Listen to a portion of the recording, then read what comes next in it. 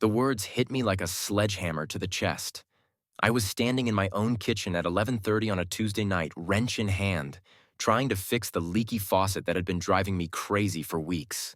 The house was supposed to be quiet, everyone asleep upstairs. But voices carry in old houses, especially when people think they're being sneaky. "Your father-in-law's such a burden." Jessica's voice drifted down from the landing. My son Tommy's wife had this particular tone when she thought she was being clever. Sharp, cutting, like broken glass wrapped in silk. When the old man finally croaks, "We'll get this house. He's got nowhere else to go anyway." Tommy's response was worse than her words. He laughed. My own son. The kid I'd taught to throw a baseball, whose scraped knees I'd bandaged, whose college I'd helped pay for, actually laughed at the idea of me dying so they could inherit my house. "Mom says he's getting worse," Tommy said. "More paranoid, more difficult. Maybe we should start looking into assisted living places." I gripped the wrench so tight my knuckles went white. Apparently, I'm the ghost haunting my own life. Minus the chains, but plus the joint pain and a front row seat to my family's betrayal. The faucet dripped. Plip, plip, plip. Like a countdown timer to my own funeral. I'm Frank Morrison, 53 years old, and until about 30 seconds ago, I thought I knew my place in this world. I've lived in this house for 22 years. Bought it when Tommy was 5 and Linda was still pretending we had a marriage worth saving. It's a 2-story colonial in Sunset Creek, Ohio. One of those Rust Belt towns where the factories closed down, but the people stayed anyway, hoping something better would come along. The something better never came. But the house? The house was mine, is mine, will always be mine until I say otherwise. I finished tightening the faucet connection and tested it. No more drip. Some things, at least, could still be fixed. Upstairs, Jessica was still running her mouth. I mean, what does he even do all day? Sits in that garage, pretending his little auto shop is still relevant. Nobody wants their cars fixed by some old guy anymore. They go to the dealership. That stung because it was partially true. Morrison's auto repair wasn't exactly booming, but I still had loyal customers, guys who trusted me to do the work right instead of charging them 3 times what it was worth for the same service. "He's not that old," Tommy said, but his voice lacked conviction. "He acts old. Always complaining, always suspicious of everyone. Your mother deserves better. My mother, Linda. My wife of 26 years, who'd been working late at her law firm more and more often lately, who came home smelling like expensive cologne that wasn't mine, who looked at me like I was furniture she was planning to replace. I climbed the stairs quietly, avoiding the creaky 3rd step I'd been meaning to fix for months. Their voices got clearer as I reached the landing. "The house is worth at least $300,000, Jessica continued. "We could sell it, split the money with your mom, and finally get that condo downtown. Start our real life. Our real life."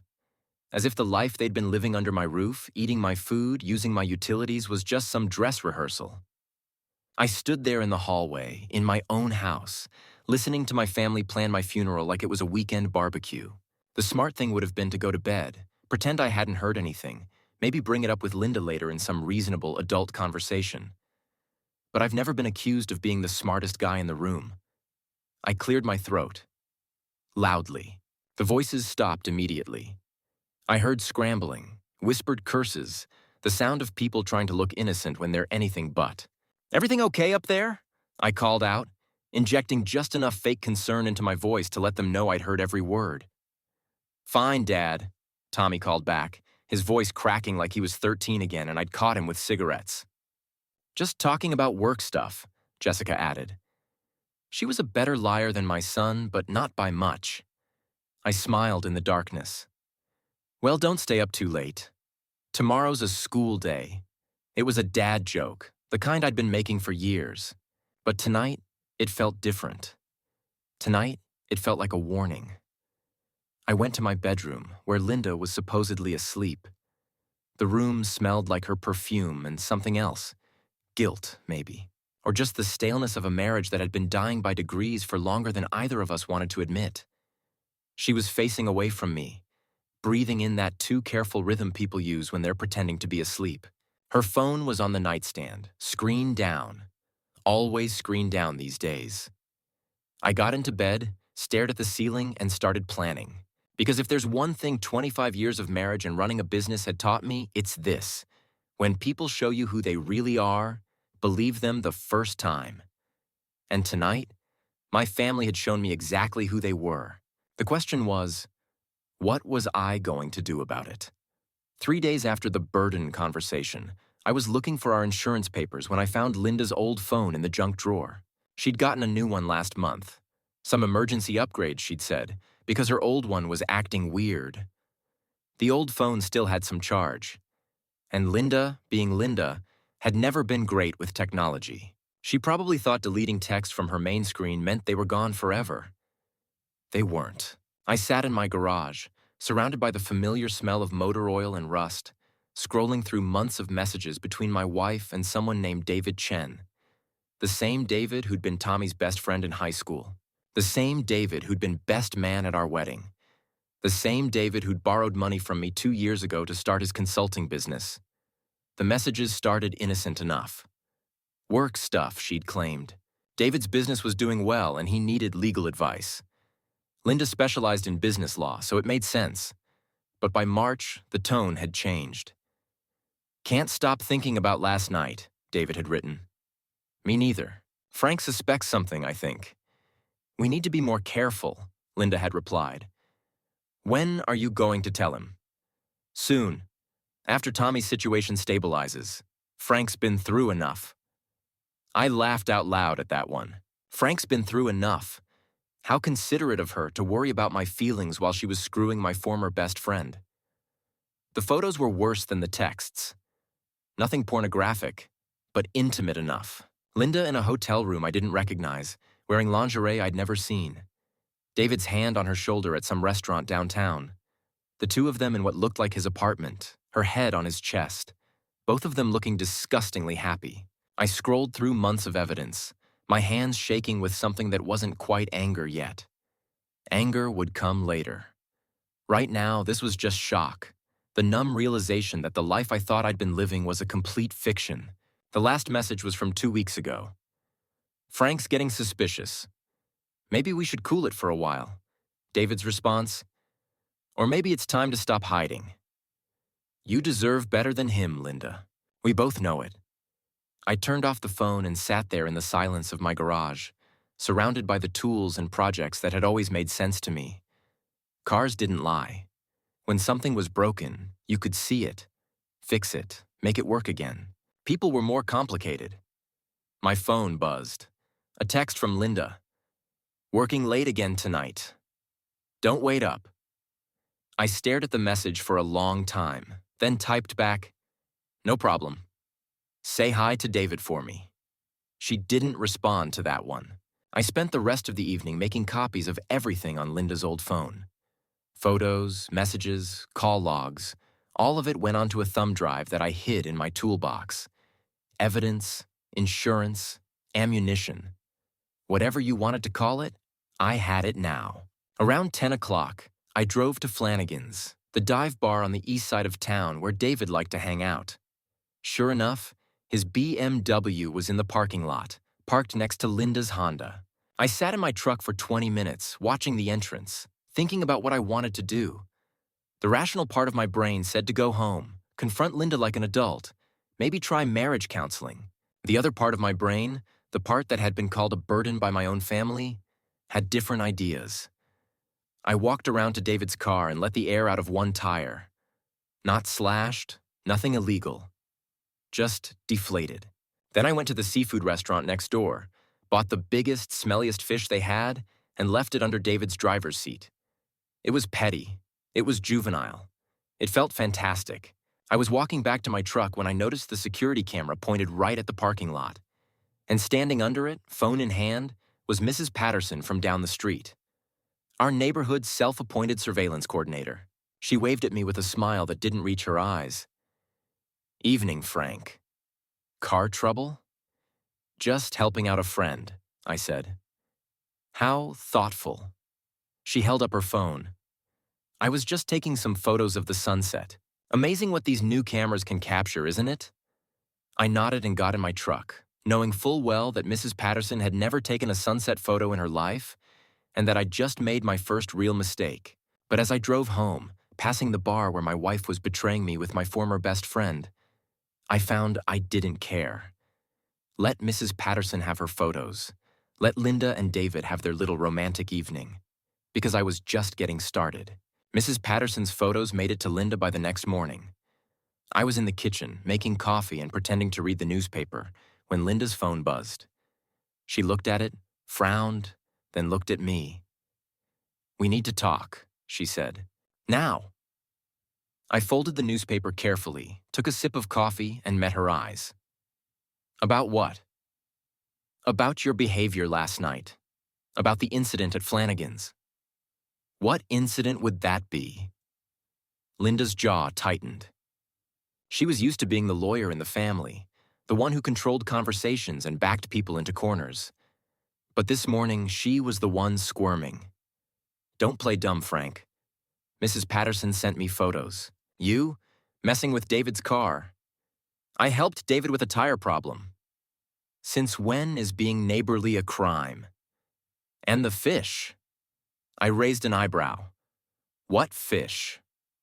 "The fish David found rotting in his car this morning." "That's weird. Maybe he should be more careful about where he parks. A lot of strange characters hang around dive bars." Linda slammed her phone down on the counter. "This isn't funny, Frank. Your behavior lately, it's concerning. Maybe you should talk to someone." "Like who? A therapist? Or maybe David? He seems to be good at helping you work through your problems." The color drained from Linda's face. For a moment, neither of us spoke. Then she tried a different approach, the one that had worked on me for years. "Frank, honey, I think you might be having some kind of breakdown. The paranoia, the accusations, maybe it's stress from the business, or your age. These things happen to men in their 50s. Age. There was that word again. As if being 53 automatically made me senile, irrelevant, ready for the scrap heap. "You're right," I said, standing up. "I have been acting strange lately. Must be all that burden I'm carrying around." Linda's face went white. She knew I'd heard Jessica's comment. "Frank, that's not what? Not what you all really think? That I'm just some old fool taking up space in his own house?" Before she could answer, Tommy and Jessica came downstairs, drawn by the raised voices. Perfect timing. "What's going on?" Tommy asked, looking between us. "Your father's having some kind of episode," Linda said quickly. "He's been acting erratically, making accusations." "I've been acting like a man who finally sees clearly," I interrupted. "Like a man who knows exactly what his family thinks of him."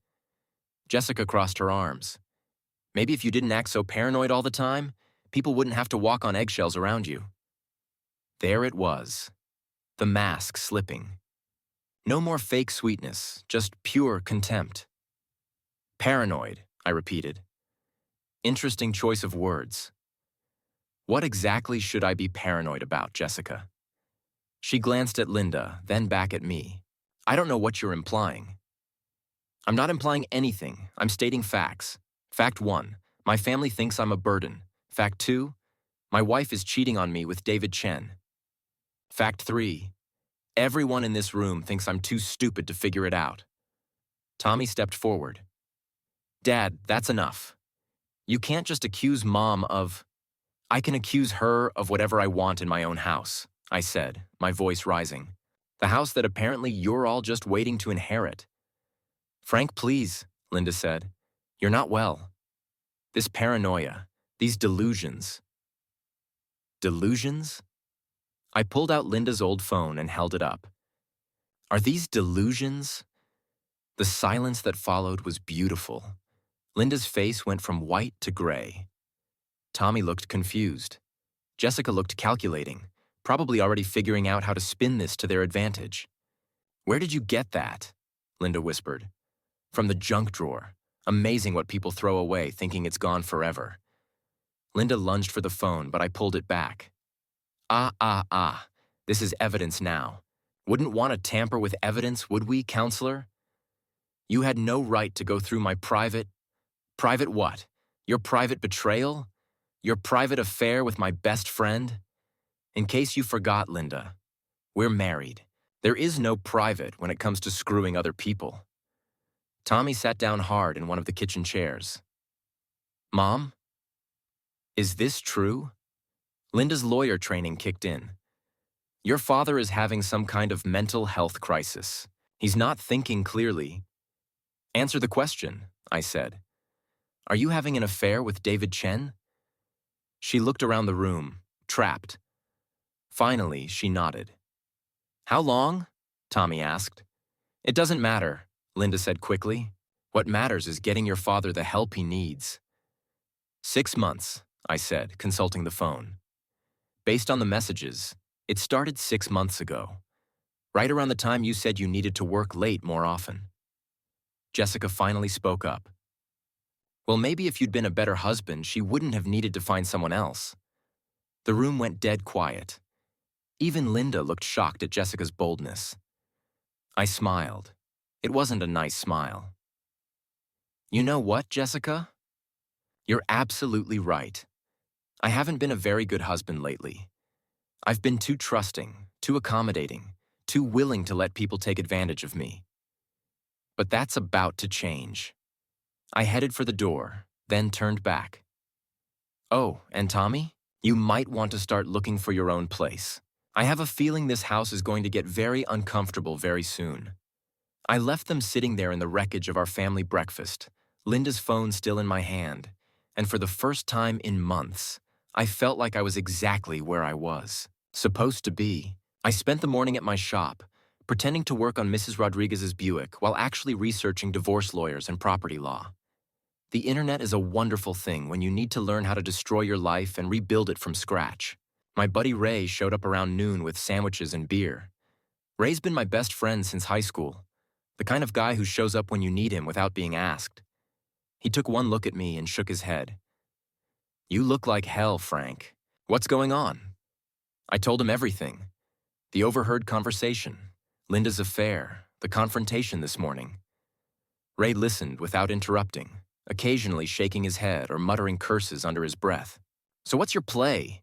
He asked when I finished. I'm still working on it, but I've got some ideas. Ray cracked open a beer and leaned against my workbench. Revenge is a dish best served cold, my friend, and with witnesses. That afternoon, I drove to the county courthouse and looked up the deed to my house. Sure enough, it was in my name only. I'd bought it before I married Linda, and in Ohio, that meant it was separate property. She had no legal claim to it. I also made an appointment with a divorce lawyer, not one of Linda's colleagues, but someone from the next county over, a woman named Sarah Mitchell who specialized in what she called high-conflict divorces. How high conflict are we talking? She asked during our phone consultation. My wife is cheating with my former best friend. My daughter-in-law thinks I'm a burden, and my son is planning my funeral so he can inherit my house. Sounds like Tuesday to me, she said. Can you be here at 4? I liked her already. The meeting with Sarah Mitchell was enlightening. She was about 40, sharp as a razor, and had the kind of smile that probably made opposing lawyers wet themselves. The good news is the house is yours, she said after reviewing my documents. The bad news is Ohio is a no-fault divorce state, so the affair doesn't matter legally. What about financially? Well, that depends on how creative we want to get. Tell me about your assets. I laid it all out. The house, worth about $300,000. My business, worth maybe $50,000 on a good day. Our joint savings account, which had about $20,000. Linda's retirement account from the law firm, which was substantial. And her income versus yours? She makes about 3 times what I do. Sarah smiled. Even better. In Ohio, the higher-earning spouse can be required to pay alimony, especially if we can demonstrate that her behavior contributed to the breakdown of the marriage. But you said the affair doesn't matter legally. It doesn't matter for the divorce itself, but it matters for everything else. Public opinion, her professional reputation, her relationship with your son. She leaned forward. Tell me, Frank, how badly do you want to win this? Define winning. Keeping your house, keeping your dignity, and making sure everyone knows exactly what kind of person your wife really is. I thought about Linda's smug face this morning, trying to gaslight me into thinking I was crazy. I thought about Jessica calling me a burden. I thought about Tommy laughing at the idea of me dying.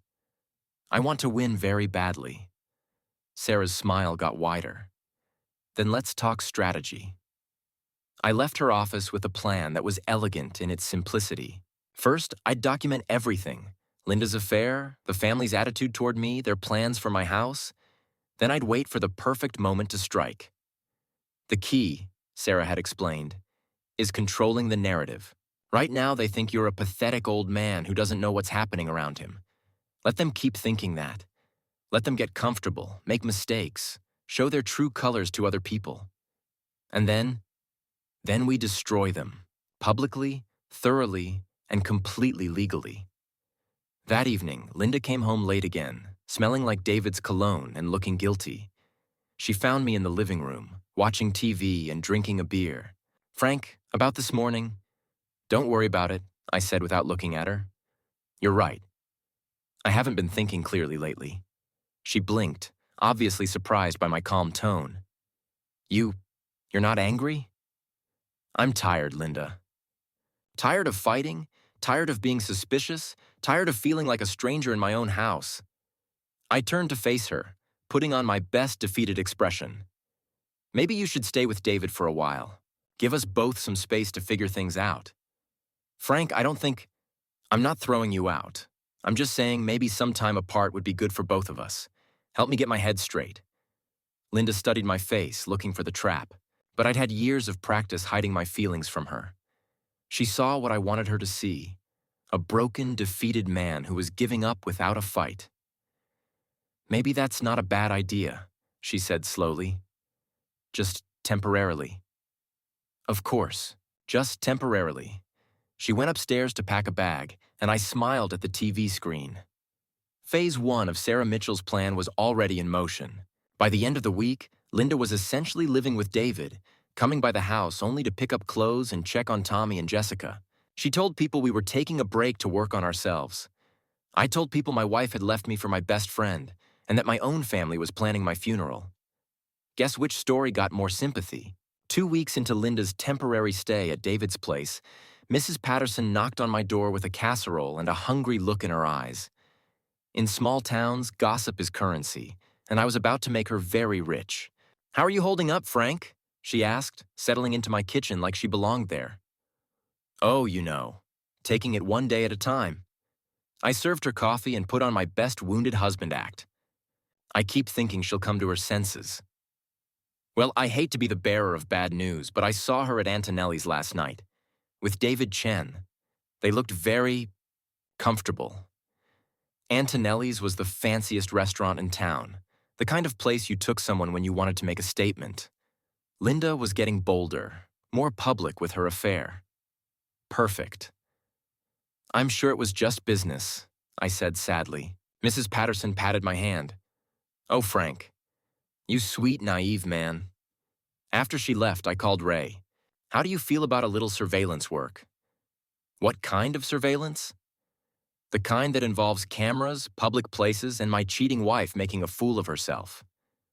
Ray was quiet for a moment. "This could get ugly, Frank." "It's already ugly.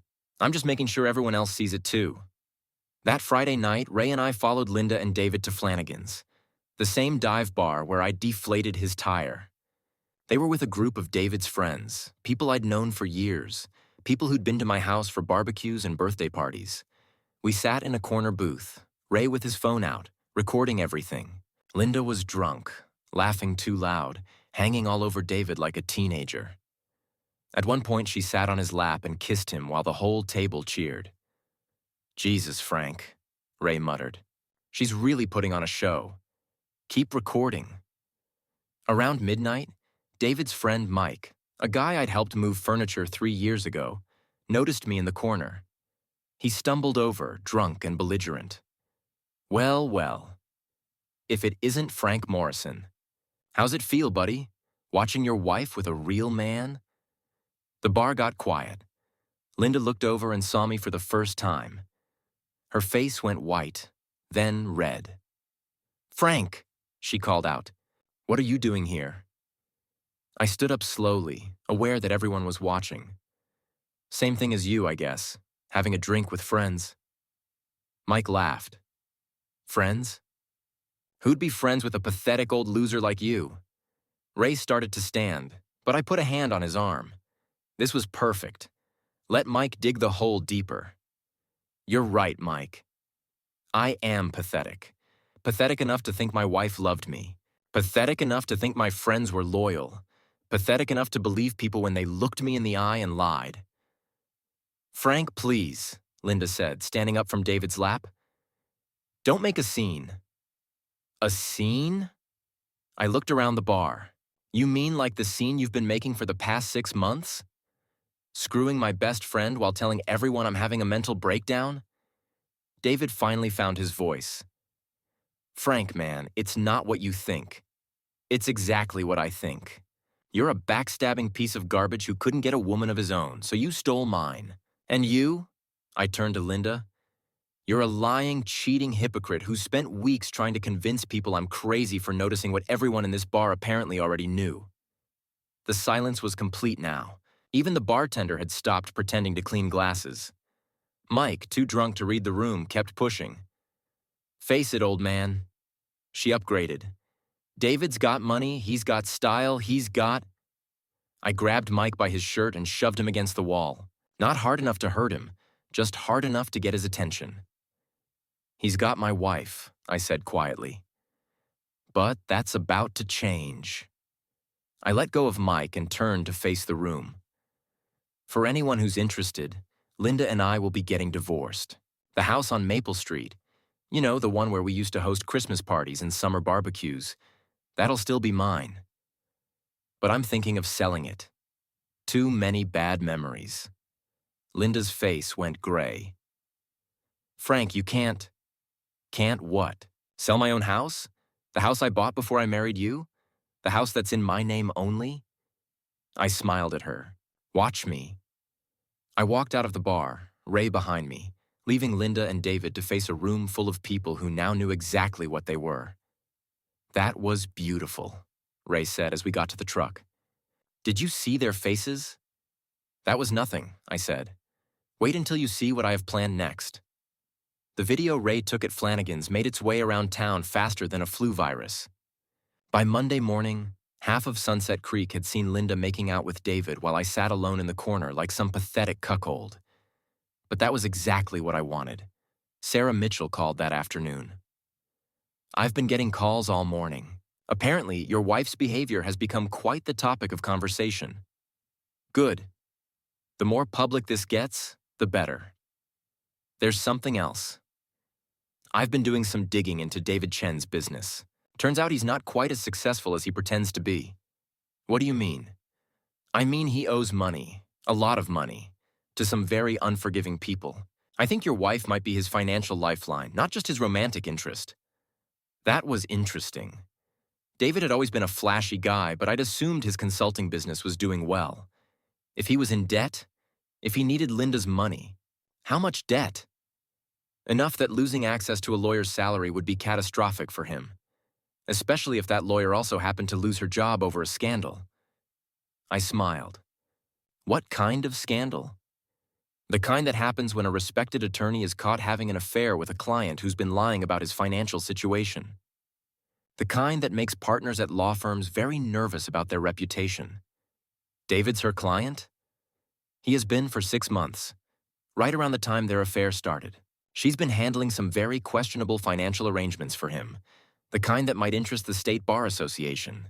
This was getting better and better. Not only was Linda cheating on me, she was potentially compromising her career for a man who was using her. "What do you need from me?" "Keep doing what you're doing.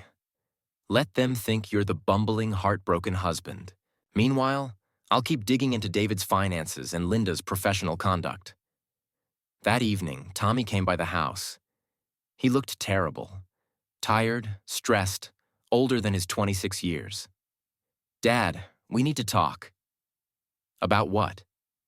"About Mom." About this whole situation, I gestured to the couch. Sit down, son. You want a beer? Yeah, thanks. I got us both beers and sat across from him.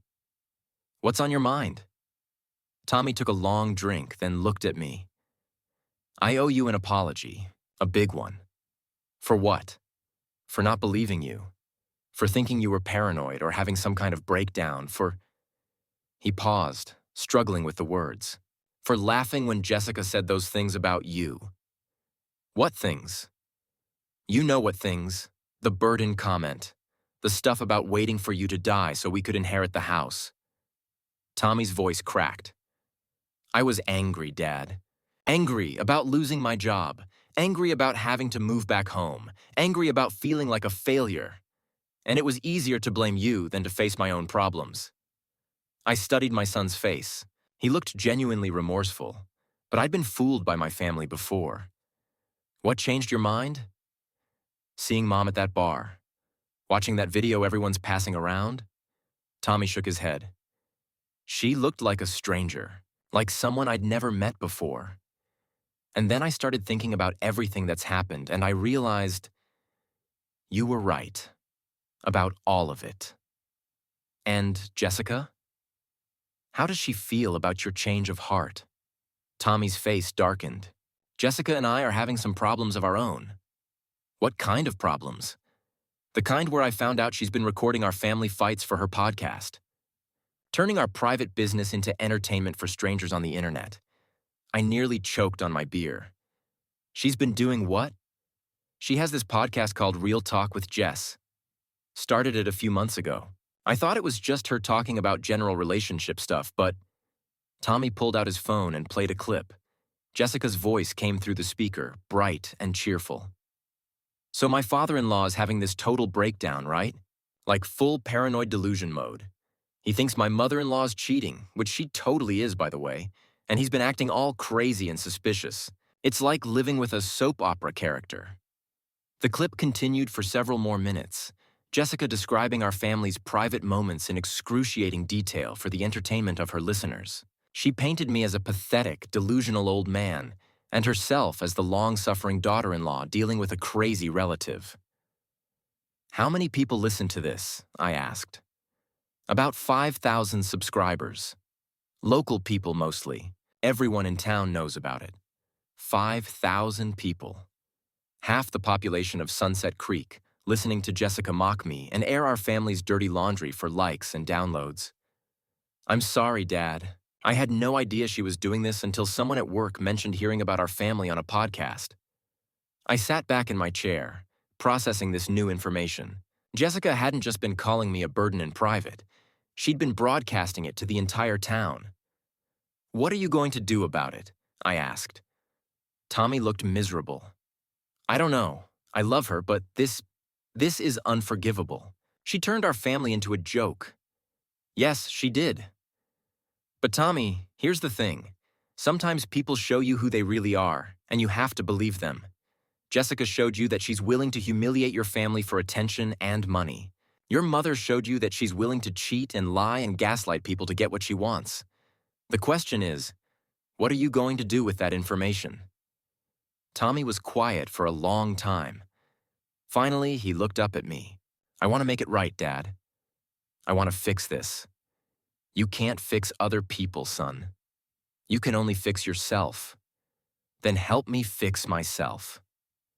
Tell me what I can do. I smiled at my son, really smiled for the first time in months. Well, for starters, you can help me plan a little surprise for Jessica's podcast listeners. Planning Jessica's downfall turned out to be easier than I expected. She'd made one crucial mistake. She'd gotten cocky. Her podcast had grown popular locally, and she'd started advertising it on social media, using her real name and photos of our family. She'd even done a few live episodes from local coffee shops, building her brand as Sunset Creek's relationship expert. Sarah Mitchell's investigator found Jessica's financial records without much trouble. Turns out she'd been making decent money from the podcast, advertising revenue, sponsorships from local businesses, even some merchandise sales. She'd been profiting from our family's misery for months. The good news is we can sue her. Sarah explained during our meeting. Invasion of privacy, defamation, using your likeness without permission. The bad news is it'll take months to get through court. I don't want to wait months. I want to end this now. Then we'll have to get creative. Sarah's plan was beautiful in its simplicity. Jessica had scheduled a live podcast episode for Friday night at Been There Done That, the trendy coffee shop downtown. She'd been promoting it for weeks as a special family drama episode where she'd reveal shocking new developments in our family situation. She had no idea how shocking those developments were going to be. Tommy and I spent Thursday evening preparing. He'd agreed to help, partly out of guilt and partly because he was finally starting to see Jessica for who she really was. Are you sure about this, Dad? Once we do this, there's no going back. Son, there was no going back the moment she decided to turn our family into entertainment. We're just changing the channel. Friday night, Been There Done. That was packed. Word had gotten around that Jessica was going to spill major tea about the Morrison family drama, and half the town showed up to watch. Linda was there, sitting with David. Mrs. Patterson had claimed a front row seat. Even some of my old customers from the shop were there, probably expecting to see me humiliated one more time. Jessica had set up her equipment at a table in the center of the room, looking like she was holding court. She was wearing a new dress, her hair professionally done, playing the part of the local celebrity she thought she'd become. Welcome to a very special live episode of Real Talk with Jess, she began, speaking into her microphone while streaming video to her social media accounts. Tonight, I'm going to tell you about the most insane family drama you've ever heard. And trust me, you're not going to believe how crazy this gets. She launched into her story, painting me as an increasingly unhinged old man who'd been stalking my wife and her boyfriend, making wild accusations, and generally making everyone's life miserable. The crowd was eating it up, laughing at her impressions of me, gasping at her descriptions of my erratic behavior. And the funniest part, she continued, is that he actually thinks he can kick us out of his house. Like, sir, you're 53 years old with a failing business and no friends. Where exactly do you think we're going to go? That was my cue. I stood up from my table in the back corner where I'd been sitting quietly with Tommy and Ray. The room went silent as people noticed me. That's a great question, Jessica, I said, loud enough for everyone to hear. Where exactly are you going to go? Jessica's face went white, but she recovered quickly. Oh, look, everyone. The star of our show has arrived. Frank, I didn't know you were here. I wouldn't miss it. This is fascinating stuff. Please continue telling everyone about my failing business and lack of friends. Frank, maybe you should... No. Don't stop on my account. You were just getting to the good part. The part where you've been secretly recording our family's private conversations and broadcasting them for money. The crowd murmured. This wasn't the entertainment they'd expected. I haven't been recording anything, Jessica said, but her voice lacked conviction. Tommy stood up. Yes, you have. I found the equipment in our bedroom, Jess. The voice-activated recorder you've been using to capture our private conversations. Tommy, sit down. You don't know what you're talking about. I know exactly what I'm talking about. I also know about the money you've been making from this podcast. The money you never told me about. The money you've been earning by humiliating my family. I pulled out my phone and connected it to the coffee shop's sound system. The owner was an old customer who'd agreed to help after hearing what Jessica had been doing. Since we're sharing family secrets tonight, I announced to the room, I thought everyone might enjoy hearing some of Jessica's private conversations. I played a recording Tommy had made of Jessica talking to her friend about her brilliant plan to exploit our family drama for social media fame. Her voice filled the coffee shop, describing me as pathetic and clueless, laughing about how easy it was to manipulate the situation for content. The crowd's mood shifted. They'd come for entertainment, but this felt too real, too cruel. That's enough, Jessica said, reaching for my phone. Oh, we're just getting started. I played another clip, this one of Jessica coaching Tommy on what to say during their fights to make better content for her show. You see, I addressed the crowd. Jessica here has been running a little scam. She's been deliberately creating family drama, recording our private moments, and then selling our pain to you for advertising revenue. She's been making money off our misery while pretending to be the victim. Linda stood up from her table. Frank, this is enough. You're embarrassing yourself. Am I, Linda? Or am I finally telling the truth? I turned to face her. Speaking of truth, how's your law practice going? Still representing clients you're sleeping with? Still helping David hide money from his creditors? The room erupted. David tried to pull Linda toward the door, but she was frozen in place. That's right, everyone. My wife isn't just cheating on me with my former best friend. She's been helping him commit fraud, using her position as a lawyer to hide assets and deceive creditors. The State Bar Association is very interested in her professional conduct.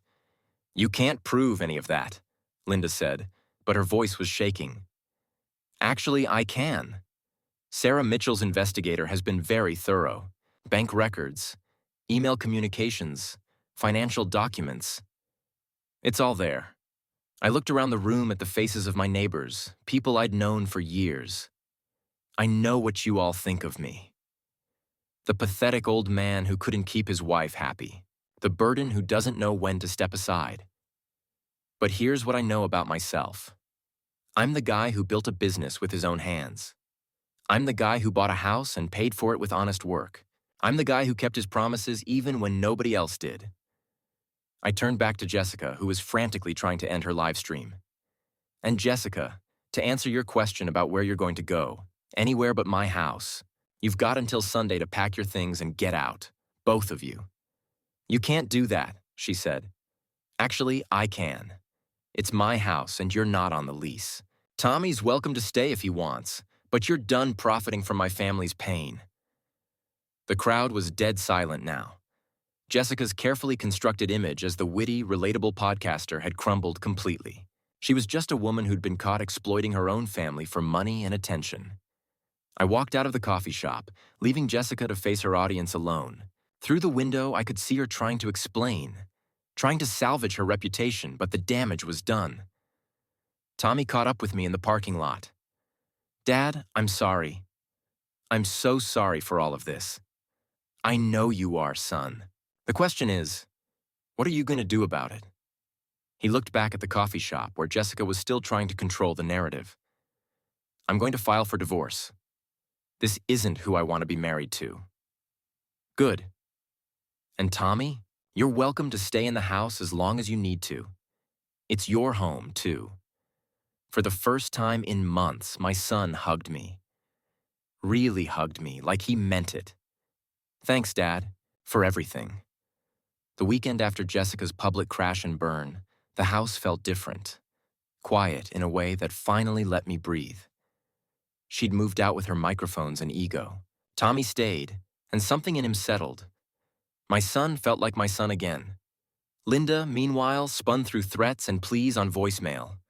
I ignored them. Monday, Sarah Mitchell called. David Chen had filed for bankruptcy after losing his lawyer, and Linda was under state bar investigation, suspended by her firm. Then came the hook. Linda wanted to meet. Desperation talking. At Sarah's office, Linda looked stripped of her armor. She apologized, said she'd give me an uncontested divorce, leave the house, business, everything, and waive alimony if I kept quiet about David's racket and her misconduct. Sarah reminded her the bar probe wouldn't vanish. Linda pressed anyway. David, it turned out, had a secret family in Cleveland. She'd been his cover and cash machine. I said I'd consider it with conditions. A signed confession of the affair and professional wrongdoing I could use if she ever targeted me or Tommy. She'd pay for Tommy's divorce attorney. She'd write him a real apology, and she'd leave Ohio for good. After a long swallow of pride, she agreed. We papered it all. Divorce, confession, NDA, my limited cooperation. Not perfect justice. Clean justice. That evening on the porch, Sunset Creek exhaled with me. Mrs. Patterson waved without pausing, proof the gossip wheel had turned elsewhere. Tommy dropped beside me and asked if it was over. It was. What next? Maybe he finally chases that engineering degree. Maybe I sell the shop. Maybe we just enjoy not tiptoeing through our own lives. The quiet answered for us. Car door thud, dog bark, kitchen sounds that smelled like home. Ray texted about the headlines. I told him I was better than I'd been in years. True, I'd lost a wife who didn't love me, a best friend who betrayed me, and a daughter-in-law who used me. I kept the house, my dignity, and my son's respect. More than that, I learned I'd never been the burden they tried to paint. I was the foundation. And when people jackhammer the foundation, the showy parts collapse first. Foundations endure. Tomorrow, Mrs. Rodriguez would likely bring the Buick for an oil change. The day after, I'd sketch a new life. Tonight, I stepped in from the porch to the sound of Tommy clattering pans. It smelled like pepper, onions, and something else I hadn't tasted in a long time. Peace. The end. Don't forget to hit like, subscribe, and turn on the bell so you don't miss the next story. Write in the comments from which city you are watching.